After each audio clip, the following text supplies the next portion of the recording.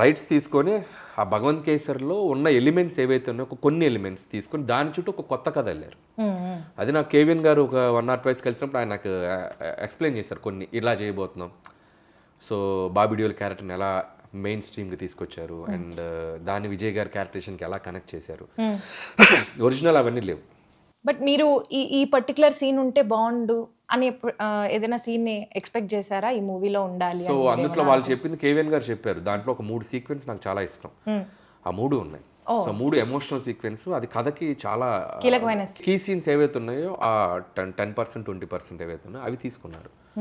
అక్కడ నుంచి టోటల్గా సెకండ్ హాఫ్ మొత్తం సో 90% 1-2 సీన్లు తప్ప సో చాలా వరకు మార్పులు జరిగాయి.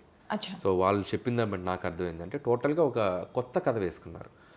అది ఆయన అక్కడున్న లోకల్ సిచ్యువేషన్స్కి తగ్గట్ట వాట్ ఎవర్ ఇట్ ఈస్ ఆయన దాన్ని వాళ్ళు ఎలా అడాప్ట్ చేసుకున్నారు అనేది వాళ్ళు తమిళ్కి సంబంధించి చేసుకున్నారు. చెప్పి నాకు సీన్స్ చెప్పాను చాలా ఎగ్జైటింగ్ ఉన్నాయి. సో ఓవరాల్గా ఇది భగవంత్ కేసరిలోని కొంత విజయ్ గారి స్టార్డమ్ని, విజయ్ గారి ఎలివేషన్, విజయ్ గారికి ఉన్నటువంటి ఆయన ఒక సోషల్ థింగ్లో చేసేటువంటిది మరింత పెట్టి చేసినటువంటి ఒక చిత్రం జననాయకుడు మన విజయ్ గారితో. సార్ ఇది నాకు దానికి ఉన్న సంబంధం, చిన్ని సంబంధం. ఓకే, ఇప్పుడు మాకు క్లారిటీ వచ్చిందండి. ఎందుకంటే ఆ రోజు ఆడియో లాంచ్ లో మీరు ఆయన నోరు మూసేసి ఆయన ఎందుకంటే అప్పుడే జరుగుతున్నాయి టాక్స్. సో అప్పుడే ప్రాసెస్. అప్పుడు ఏమైపోయిందంటే సోషల్ మీడియా వచ్చాక రీల్స్ మామూలుగా రావట్లేదు. అదే సోషల్ మీడియా వచ్చాక ఏమైందంటే ఈ సినిమా తీస్తున్నారు అనగానే ముందు అసలు అది పబ్లిసిటీ అయిపోతుంది. సో నాకు I don't want to spoil there.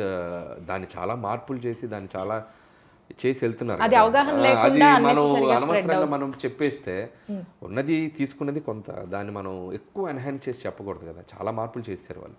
So నాకు చెప్తే నేనే షాక్ అయ్యాను. టోటల్ సెకండ్ హాఫ్ మొత్తం మారిపోయింది. చాలా స్పాన్ పెంచారు, చాలా పెద్ద స్కేల్లో చేశారు. మీరు స్టోరీ మొత్తం విన్నారా? నాకు కేవిఎన్ గారు ఐడియాగా చెప్పారు. అంటే స్కేల్ ఎలా పెంచారు, స్పాన్ ఎలా పెంచారు, మీరు ట్రైలర్లో చూసారుగా, రోబోస్ గీబోస్ మొత్తం చాలా మన భగవంత్ కేసులో లేవు కదా. సో ఏదైతే కోర్ ఎలిమెంట్స్, కోర్ ఎమోషన్స్ ఉన్నాయో అది లేడీస్కి నచ్చే ఎలిమెంట్స్, సోషల్ కాజ్కి సంబంధించిన కొన్ని ఎమోషన్స్ ఏవైతున్నాయో అవి తీసుకున్నారు. సో అక్కడ నుంచి టోటల్గా వేరే సెటప్ చేశారు. దాంట్లో ఏదైతే ఉందో మ్యాజిక్ ఉందో దాన్ని ఆయనకి ఇంకా డబుల్ ట్రిపుల్ చేశారు. సో అవి నాకు చెప్పినప్పుడు నేను ఎగ్జైట్ అయ్యాను. ముఖ్యంగా credit goes to H Vinod గారు. ఎప్పుడైనా ఒక ఇంకొక దాంట్లోనే ఒక చిన్నది పట్టుకొని దాని చుట్టూ ఇంకో కొత్త కథ అలటం అనేది పెద్ద challenge.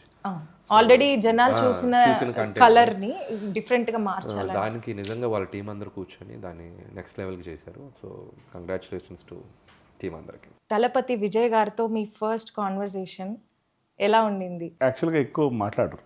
Is very simple. Is a good listener, great observer, but he talks at least initially very less.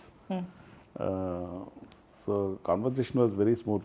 When you start working with him, slowly, you will understand him better, and his approach, his way of functioning, his way of working. అంటే ఇప్పుడు politics అయినా కావచ్చు, ఇక్కడైనా కావచ్చు, ఇప్పుడు if you see the professionalism is same. ఎక్కడైనా అదే discipline. The simplicity I think is unmatchable. For the position that he's holding, the simplicity that he's having, they're not relatable. నాకు తెలిసి ఇప్పుడు ఆయన్ని సీఎంగా అవ్వకముందు ఆయన్ని కలిసిన వాళ్ళు సీఎం అయిన తర్వాత ఆయన కలిసిన పెద్ద తేడా ఉండదు. నాకు తెలిసి ఇంత కూడా తేడా ఉండదు. He is the same person. అలాగే సేమ్ డిసిప్లిన్.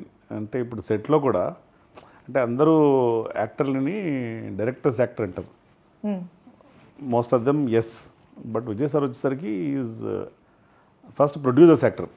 ఓకే, మీకు ఏ విధంగా అంటే ఇప్పుడు 7 o'clock లొకేషన్కి వచ్చేస్తారు madam, ready for short. 6 o'clock వరకు సెట్లో ఉంటారు. దాంట్లో కూడా మధ్యలో మ్యాక్సిమం క్యారవాన్ కూడా వెళ్ళరు.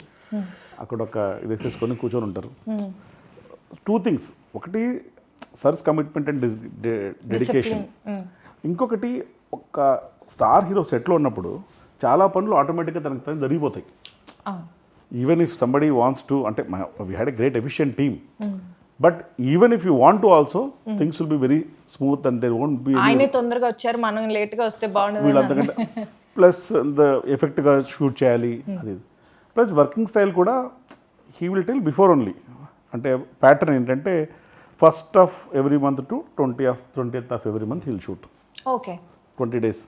Okay so producers know, all technicians know, okay ఇక్కడ నుంచి ఇక్కడ దాకా షూట్ ప్లాన్ చేసుకోవచ్చు. మధ్యలో సార్ షూట్కి రాకపోవడాలు అది ఏ ఉండవు. ఫుల్ అది హ్యాపీ అది ప్రొడ్యూసర్. చాలా బెస్ట్ వే టు షూట్. నేను ఎందుకు ఒకసారి సారీ సార్ ఫర్ ఇంటరప్ట్, నేను అది విజయ్ గారిది స్టైల్ చూసి నేను అడాప్ట్ చేసుకున్నా. నేను కూడా షూటింగ్ ఏం చేస్తాను అంటే ఫస్ట్ ఆఫ్ మంత్ 20 days పెడతా. నెక్స్ట్ 10 days మనం ఏం తీసాం అది కరెక్ట్గా తీసామో లేదా దాన్ని బట్టి మనం నెక్స్ట్ ఏం చేయాలనేది ఒక చిన్న బఫర్ ఉంటుంది 10 days. హ్యాపీగా 10 days బఫర్ చేసుకుని మళ్ళీ షూట్కి వెళ్ళొచ్చు.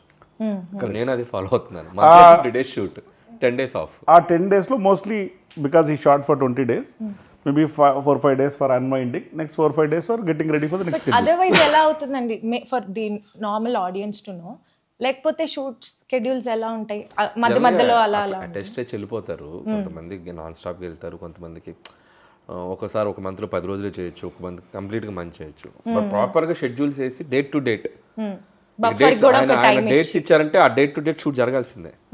సో ఫస్ట్ 20 పక్కా జరగాలి. ఎక్కడున్నా ఏదున్నా తెచ్చిపెట్టి షూట్ స్టార్ట్ చేసుకొని చేసేయాలి. ఎందుకంటే అది ఆ టైం లైన్ కరెక్ట్గా ఉండాలి. ఎందుకంటే మళ్ళీ ఇంకో ప్రాజెక్ట్ ఉంటుంది ఆ టైం లైన్ తర్వాత ఆయనకి. సో నేను వారిసు ఇప్పుడు చూశాను కదా, వంశీ అన్నది నేను పాపం చాలా వంశీ అన్న కొద్దిగా దాన్ని ఏమంటారు మన కొద్దిగా లీజియర్గా ప్లాన్ చేసుకునేది. కానీ ఈ 20 days చేసేటప్పుడు ఏమైపోయిందంటే వంశీ అన్నప్పుడు టక్ టక్ టక్ మన అన్ని అయిపోవాలి. ఒక రకంగా అది ఫాస్ట్గా అయిపోయింది ఫిల్మ్. చాలా ఫాస్ట్ గా షూట్ చేశారు కదా. అదే చెప్పాను, చూసేవారు 4 నెలలు 5 నెలలు టప్న అయిపోయింది ప్రాజెక్ట్ అంటే అర కరెక్టే తమ్ముడు. But that's best way to shoot. Producer point of view, technicians point of view, full happy other artist especially combinations ఉన్నప్పుడు అందరికీ ప్లాన్ చేసుకోవడం చాలా ఈజీ అయిపోతుంది. సో సినిమా కూడా చాలా అనిల్ గారు చెప్పారు చాలా ఫాస్ట్గా అయిపోతుంది. ఇప్పుడు తిని కూడా ఎంత ఫాస్ట్ చేస్తారు, ఆయన కూడా చాలా ఫాస్ట్ గా షూటింగ్ పిలిచినా కూడా రాలేము సార్. అంటే సంక్రాంతికి వచ్చేయాలి కదా, సో రెండంటే కూడా రాలేదు సార్. ఇప్పుడు ఈ టాపిక్ వచ్చింది కాబట్టి ఆనరబుల్ చీఫ్ మినిస్టర్ విజయ్ గారు షూట్ అయ్యేటప్పుడు మధ్యలో ఏమైనా ఇన్వాల్వ్మెంట్ ఉంటుందా? ఈ సీన్ ఇలా ఉంటే బాగుంటుంది, లేకపోతే ఇలా అలాంటి ఏమైనా కన్స్ట్రక్టివ్ సజెషన్స్ ఏమైనా ఉంటాయండి? ఉంటాయి మేడం, డెఫినెట్గా. ఈ స్టోరీ మేకింగ్ ప్రాసెస్లో ఈజ్ ఫుల్లీ ఇన్వాల్వ్డ్. ఏంటి ఏం చెప్పదలుచుకున్నాం, ఎలా చెప్పదలుచుకున్నాం, ఏ సీన్ ద్వారా చెప్పదలుచుకున్నాం, ఆ సీన్ ఎసెన్స్ ఏంటి, ఆ సీన్ ద్వారా ఎమోషన్ క్యారీ అవుతుందా, కామెడీ క్యారీ అవుతుందా, లేకపోతే కంటిన్యూటీ క్యారీ అవుతుందా, ఆ సీన్ వల్ల ఏ సినిమాకు ఉపయోగం ఏంటి, దాన్ని ఎలా బైండ్ చేస్తున్నాం, ఏ థ్రెడ్తో బైండ్ చేస్తున్నాం. సో ఇవన్నీ హీఈస్ డెఫినెట్లీ ఇన్వాల్వ్డ్. ఇన్ఫ్యాక్ట్ నేను ఎప్పుడు ఏం చెప్తున్నా అంటే విజయ్ సార్కి స్ట్రెంగ్త్ తన స్టార్డమ్ మాత్రమే కాదు, స్టార్డమ్తో పాటు తన his love for a cinema, craft and people.